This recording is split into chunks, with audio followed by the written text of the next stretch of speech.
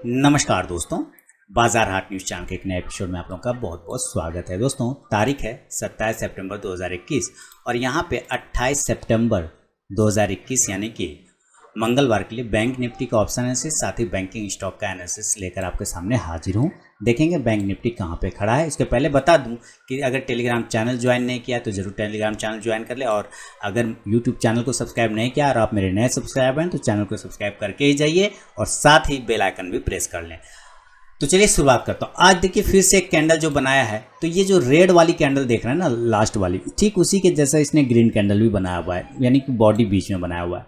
इसका अंदर कह सकते हैं कि एक साइडवेज जोन में जा चुका है। जहां से क्लोजिंग किया वहीं के पास में ओपनिंग कर दिया है ना, ओपनिंग जहां से किया वहीं पे क्लोजिंग किया। यानी हम अगर यहां से चीज देखें तो ये क्या बता रहा है कि 38,054 के पास में इसने ओपनिंग किया, तो क्लोजिंग भी देखेंगे 38,171, मतलब बिल्कुल पास में है। 100 पॉइंट के आसपास क्लोजिंग किया है ऊपर जाके, है ना। इसका मतलब है ये बॉडी इसी वजह से बीच में बना है। तो तेजी तो रही, तेजी रहा, इसमें नो डाउट कि तेजी नहीं रहा। मैंने जो एनालिसिस करके कल आप लोगों को दिया था बिल्कुल उसके हिसाब से तेजी रही, सब चीज़ बढ़िया रहा।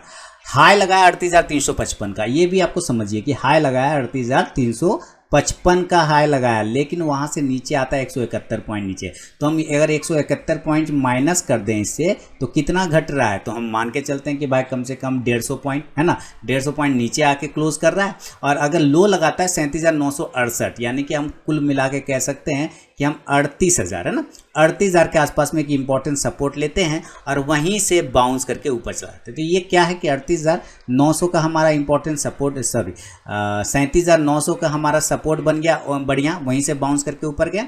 और 38,400 के आसपास का एक रेजिस्टेंस हो गया हायर जोन पर, ये वैलिड हो गया है। अब हम देख रहे हैं कि 38,800 का हमारा ऊपर में एक साइकोलॉजिकल लेवल का रेजिस्टेंस बन सकता है। लेकिन फिलहाल डेटा क्या बता रहा है इसकी बात करें तो हम क्लोजिंग को ध्यान में रखेंगे 38,171 के पास। ऑप्शन चेन को आपके सामने में लगा रहा हूँ। अब ऑप्शन चेन क्या बता रहा है हमारे पास कि भाई हम क्लोजिंग कर गए हैं 38,171, यानी कि हम कुल मिला के क्लोजिंग कहाँ पर है, हम 38,200 के पास एट द मनी हो सकते हैं और 38,100 के पास, यानी 100 से लेकर 200 के बीच में हम एट द मनी बैठे हुए हैं। यही एरिया है हमारा। यहाँ पर हम क्या देख रहे हैं, राइट साइड में हम कहाँ देखेंगे, इधर रेजिस्टेंस देख रहे हैं क्योंकि हम कॉल को एनालाइज करते हैं, और एक इस तरफ में हम सपोर्ट देखते हैं क्योंकि हम इधर पुट को एनालाइज करेंगे। तो इसमें 38,100 के पास अगर हम बात करें तो देखिए यहाँ पे बता रहा है टोटल जो ओपन इंटरेस्ट है 4,41,000 का बैठा हुआ है। कितना, 4,41,000 का कॉल राइट है। अब पुट कितना है, 4,69,000, यानी 38,100 क्या हो गया, ये हमारा टक्कर का जोन हो गया। बराबर बराबर है ना, लगभग पास में, तो ये टक्कर का जोन हो गया। यहाँ पे आपका कोई डिसीजन नहीं बनेगा।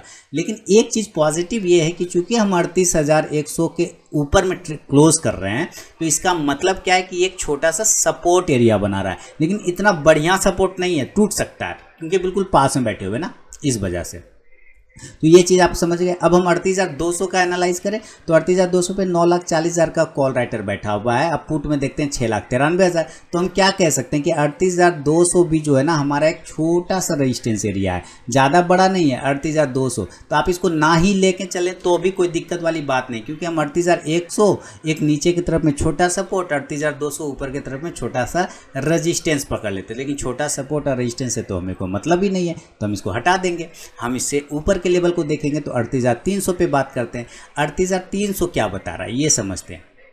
देखिए 38,300, एक मिनट, 38,300 आपको लिए क्या बता रहा है, ये बता रहा है कि भाई ओपन इंटरेस्ट यहाँ पर 9,74,000 है, यानी कि 9.25 के आसपास का है। और इसके मुकाबले पुट अगर देखते हैं तो 3.5 लाख है, 3,61,000 है। तो यहाँ पे साफ सुथरा एक 3 गुना ज़्यादा कॉल राइटर बैठा हुआ है। तब हम ये कह सकते हैं कि 38,300 हमारा एक रजिस्टेंस एरिया बन चुका है। क्लियर।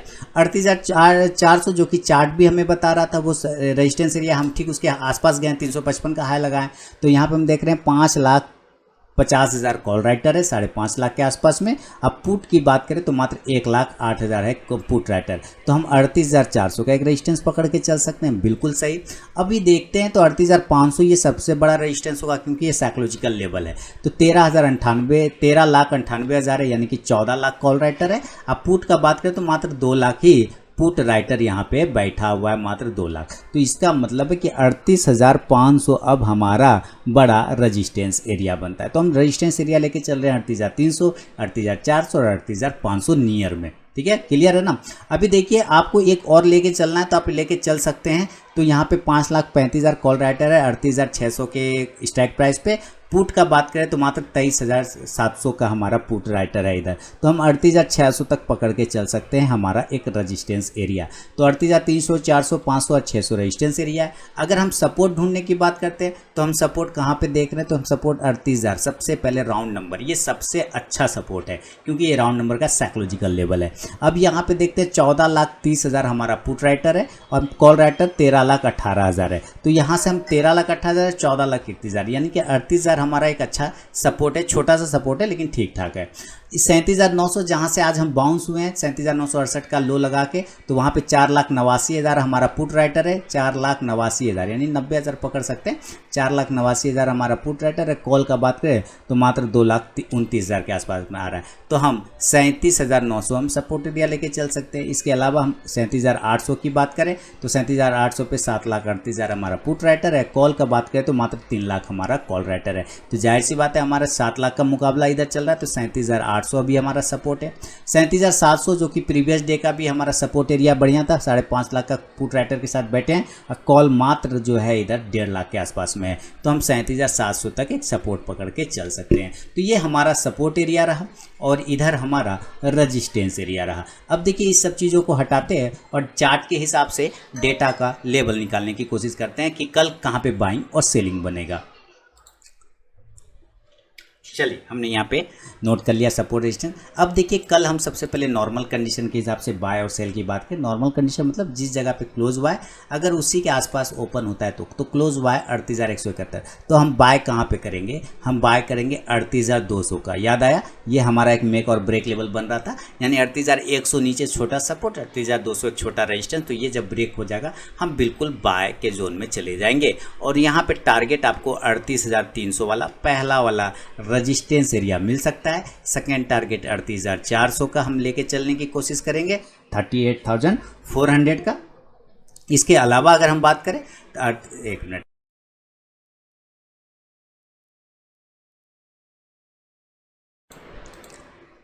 तो 38,400 का हमारा दूसरा टारगेट बन जाएगा। यहाँ पे आपको आराम से आप यहाँ और 38,500 का देखिए मैं इसके पास में जाके निकलना पसंद करूँगा। 38,500 के आसपास में मैं निकलना पसंद करूँगा क्योंकि ये साइकोलॉजिकल एरिया 38,500 का बहुत तगड़ा साइकोलॉजिकल एरिया बनता है। इस वजह से मैं यहीं तक का फिलहाल टारगेट का उम्मीद कर रहा हूँ, 38,500 तक का यहाँ तक।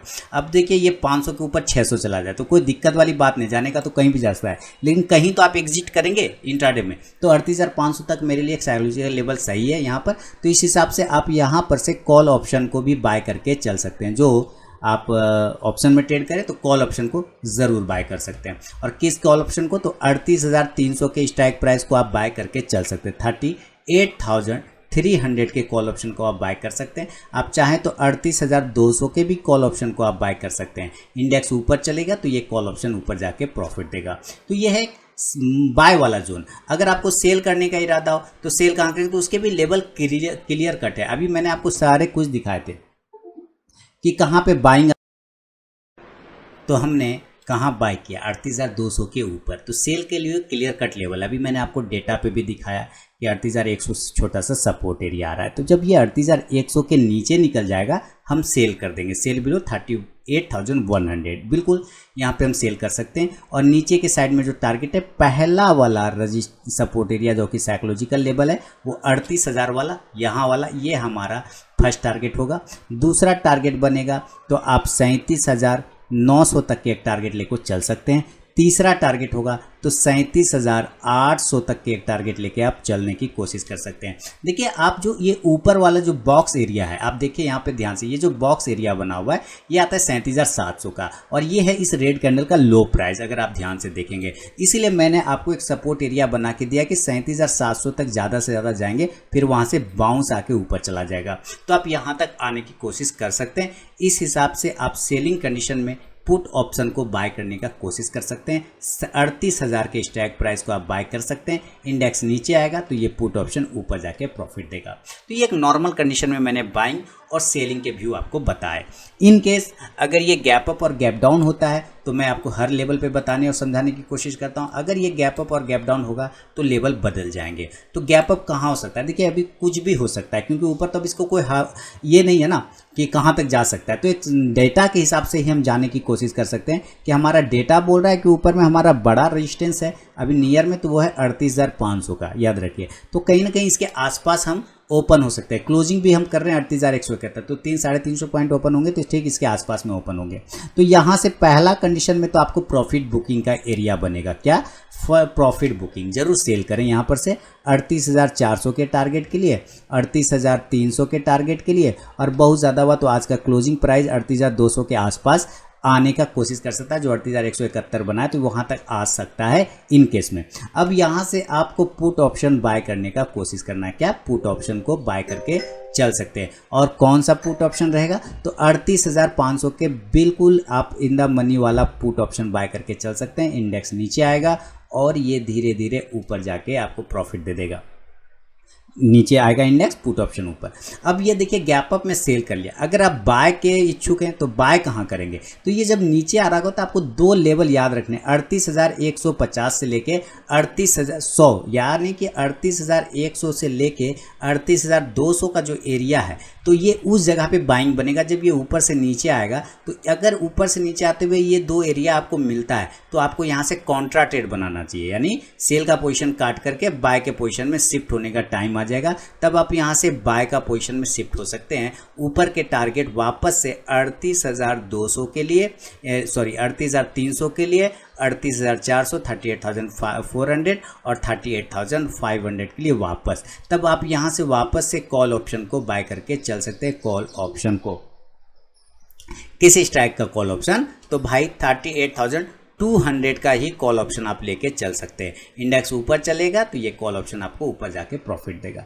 ये है गैप अप में बाय और सेल के लेवल। अगर ये गैप डाउन हो जाए इन केस, तब हमें क्या करना चाहिए ये ध्यान रखना है। तो हम गैप डाउन की बात करेंगे। दोस्तों मैं इसी वीडियो में बैंकिंग स्टॉक्स की भी वीडियो बनाता हूं, तो आप इस वीडियो को पूरा देख सकते हैं, आपको बैंकिंग स्टॉक्स की भी जानकारी मिल जाएगी। तो चलिए, अगर ये गैप डाउन हो जाता है इन केस, किसी कारणवश गैप डाउन होता है, तो किस लेवल पे गैप डाउन होगा? मेरे लिए जो ये इंपॉर्टेंट एरिया है ना, ये बॉक्स वाला और इस कैंडल का हाई वाला, आप यहाँ पे देखिए ये एरिया इंपॉर्टेंट सपोर्ट जोन, अब वो आता है 37,700 का। कितना आता है? 37,700 का एरिया आता है। अगर इस एरिया के आसपास ये गैप डाउन ओपन होता है तो आप जरूर यहाँ से बाय करें, यानी कि 37,600 और 37,700 जो एरिया है ना, ये बाइंग जोन में आ जाएगा। आप यहाँ से बिल्कुल बाय का पोजीशन बना के चल सकते हैं। ऊपर के टारगेट 37,000, 37,800, 37,900 और 38,000 के रेजिस्टेंस एरिया साइकोलॉजिकल वाला, वहाँ तक। फिर आप यहाँ से कॉल ऑप्शन को बाय करने की कोशिश कर सकते हैं और कॉल ऑप्शन आपका रहेगा 37,600 के स्ट्राइक प्राइस का। इंडेक्स ऊपर तो ये कॉल ऑप्शन भी आपको प्रॉफिट देगा। तो ये मैंने आपको हर एक कंडीशन से समझा दिया है लेवल इसके। अभी देखिए इसके इंडिकेटर भी अगर आप देखेंगे तो इंडिकेटर भी क्या दिखा रहा है? देखिए इंडिकेटर MACD तो पॉजिटिव है, उसमें कहीं कोई दिक्कत नहीं है। RSI भी ठीक ठाक है, इसमें भी कोई प्रॉब्लम नहीं है। प्रॉब्लम आपको कहाँ पे होगा? 15 मिनट के टाइम फ्रेम पर अगर आप शिफ्ट करते तब आपको एक प्रॉब्लम दिखाई देगा, और वो प्रॉब्लम है कि ये बिल्कुल साइडवेज एरिया में फसल था, है ना। ये क्या है? साइडवेज एरिया है। अब ये दो एरिया बना लिया है, ऊपर की तरफ में और नीचे की तरफ में। जो हमारा कल का हाईएस्ट प्राइस था यानी फ्राइडे वाला, उसके आसपास यहाँ से रिजेक्शन पॉइंट, वही सपोर्ट एरिया है। तो इस एरिया पे आपको ध्यान में रखना है कि अगर ये किसी कारणवश 38,000 के नीचे आता है तो आपको ये वापस 37,700 दे देगा, और अगर ये 38,300 के या 315-20 के ऊपर निकलता है तो ये 38,400 से 500 तक जाने का कोशिश कर सकता है। इस बात को आप नज़र पे रख के चलेंगे तो ये आपको फायदा देगा 15 मिनट के टाइम फ्रेम पर। तो ये है दोस्तों पूरा तरह बैंक निफ्टी का आपको डिटेल एनालिसिस। चलेंगे अब बैंकिंग स्टॉक्स की तरफ, देखेंगे कौन सा बैंकिंग स्टॉक किस लेवल पे खड़ा है। तो दोस्तों आ गया बैंकिंग स्टॉक्स की तरफ में, और सबसे पहले हम लोग एक्सिस बैंक से स्टार्ट करेंगे। देखिए 810 इसका अभी लेवल है। 810 के ऊपर निकलेगा तो 820 इंट्राडे का टारगेट, और नीचे अगर ये 790 ब्रेक करता है तो 780 से 770 का टारगेट दिखाएगा। 80 के ऊपर बैंक ऑफ बड़ौदा निकलेगा, 82 के ऊपर 80 से 82 रेजिस्टेंस एरिया है। वो एरिया को ऊपर निकलता है तो आपको 84 से 86 तक का टारगेट देखने को मिलेगा। बैंक ऑफ इंडिया, मैं आपको बार बार बोल रहा हूँ कि इसमें अभी ये नीचे के लेवल आपको दिखाएगा 50 के आसपास का, तो उसी तरह से नीचे आ रहा है, इसको आने दीजिए अभी, तब यहाँ से फिर बाय का साइड में पोजीशन बनेगा। कैनरा बैंक 165 के ऊपर निकलेगा तो 170 तक का टारगेट। फेडरल बैंक की बात करें 84 के ऊपर निकलेगा तो 86 से 88, जब तक 84 के ऊपर नहीं निकले पोजीशन नहीं बनाना। HDFC बैंक टारगेट डन हो चुका है ऑलरेडी, हायर जोन के पास पूरी तरीके से, देखिए यही टारगेट है, ये हायर जोन, और ये आप देखेंगे बिल्कुल उसके पास में पहुंच चुका है। इसका हाई प्राइस आता है 1641 रुपए का, आज का हाई है 1635, तो कल मुझे उम्मीद है ये 1642 तक के टारगेट आपको दे देगा और वहां से देन रिजेक्शन करेगा, लेकिन 1650 के ऊपर अगर सस्टेन करे तो फिर ये टारगेट 1675 तक का बना देगा। ICICI बैंक बहुत ही शानदार बेहतरीन मूवमेंट देने की कोशिश करता हुआ दिखाई दे रहा है आपका ICICI बैंक। तो ICICI बैंक कहाँ पर है, हमें एक रेजिस्टेंस एरिया है 735 के आसपास, वो अगर ब्रेक करेगा तो 745 से 50 तक के टारगेट बनेंगे। IDFC फर्स्ट बैंक ये लॉन्ग टर्म का स्टॉक है, बाय ऑन डीप कर सकते हैं, नीचे आने पर इसको बाय करिए, पोर्टफोलियो में शामिल रखिए, ट्रेडिंग इसमें मत करिए, माने शॉर्ट टर्म इंट्राडे मत करिए। इंडियन बैंक 130 के ऊपर सस्टेन करेगा तो 135, अगर 124 के नीचे आता है तो 120 का टारगेट मिलेगा। इंडसइंड बैंक की बात करें, देखिए 1185 के ऊपर निकलेगा, ये 1225 के टारगेट देगा, और 1140 के नीचे आ जाएगा तो 1120 का टारगेट देगा। कोटक बैंक की बात करें 2050 के ऊपर पॉजिटिव, 2050 के ऊपर निकलेगा 2150 के टारगेट कोटक बैंक आपको बहुत तेजी से दिखाएगा। कोटक बैंक के अलावा PNB बात करें तो PNB में भी बाय ऑन डीप करना है, पोर्टफोलियो स्टॉक रखना है 3 to 5 ईयर्स का, ये स्टॉक आपको आगे समय में बहुत ही अच्छा मूवमेंट बना के देगा और एक बेहतरीन प्रॉफिट में आप रहेंगे। इसको बाय ऑन डीप करते जाइए, नीचे आए तो आप उसमें पोजीशन ऐड करते जाइए। RBL बैंक देखिए 190 का टारगेट डन हो गया, मैंने कहा था अब 190 के बाद अब जो टारगेट खुल रहा है हमारा तो 200 रुपये का टारगेट खुल रहा है, 192-93 के ऊपर सस्टेन करेगा तो 200 का टारगेट देगा। SBI की बात करें तो SBI कम से कम ऊपर के साइड में 452 से 53 के ऊपर निकलेगा तो 460 से 65 के टारगेट बनेंगे। नीचे अगर ये ब्रेक करता है 440 सेल कर देंगे, 430 से 20 का टारगेट देगा। यस बैंक ऐसे भी कोई व्यू नहीं है। यूनियन बैंक 37 के ऊपर क्लोज करेगा तो 38 से 39 का टारगेट। बंधन बैंक की बात करें तो बंधन बैंक ऊपर 290 के ऊपर निकलेगा, 300 तक का target. AU small finance bank तो बेहतरीन मूवमेंट बना है। अब देखिए 1150 के ऊपर निकलेगा तो आपको 1175 से 1200 तक के टारगेट बन सकता है, लेकिन अगर 1135 के ऊपर कल ये निकलता है तो आपको 1150 का इंट्राडे टारगेट भी दिखा सकता है। तो ये है दोस्तों बैंक निफ्टी पर और बैंकिंग स्टॉक्स पर मेरा अपना व्यू। पसंद आया तो फीडबैक देना जरूर ना भूलें, भूलने की बात ही नहीं, ना भूलें, और टेलीग्राम चैनल को आप ज्वाइन कर लें। तो मिलूंगा नेक्स्ट वीडियो में, तब तक के लिए बहुत बहुत धन्यवाद।